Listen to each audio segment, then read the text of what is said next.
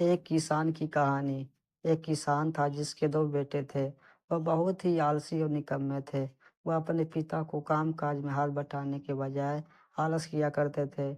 इधर-उधर घूमते फिरते थे। किसान को अपने बेटों की बहुत ही फ़िक्र थी। वह सोचते थे कि मेरे मरने के बाद इनका क्या होगा? ये अपना पेट कैसे भरेंगे? अपने परिवार को कैसे सँभाल पाएँगे?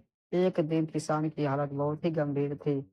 कहने का मतलब किसान मरने की हालत में था। तभी किसान अपने दोनों बेटों को बुलाकर उनसे कहा कि हमारे खेत में खजाना गड़ा हुआ है, लेकिन वह किस जगह है उसकी जानकारी मुझे भी नहीं है। लेकिन खोदने के बाद तुम्हें वो खजाना मिल जाएगा। इतना कहकर किसान भगवान को प्यारे हो गए। खजाने की खबर सुनकर दोनों बेटों के मन में लालच आ गया और वो दोनों खेत पर चले गए और खेत को खोदने लगे। खजाने के लालच में कुछ ही दिन में पूरे खेत को खोदने के बाद वह घर जाकर बैठ गए और वह अपने पिता को कोसने लगे। इसी तरह कुछ महीने बीत गए। वर्षा ऋतु का आगमन हुआ। किसान के बेटों के पास पेट भरने के लिए सिर्फ एक ही जरिया था, वह खेती। तब बाकी किसानों की तरह किसान के बेटों ने खेत में बीज बोना शुरू कर दिया। वर्षा का पानी पाकर वह बीज अंकुरित हुआ और देखते ही देखते खेत लहराने लग गए।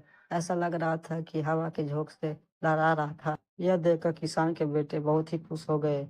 उनको समझ आ गया कि परिश्रम ही सच्चा धन होता है और वो उसी तरह से अपने पिता के शब्दों को मूल भी समझ गए और अपने काम काज में लग गए।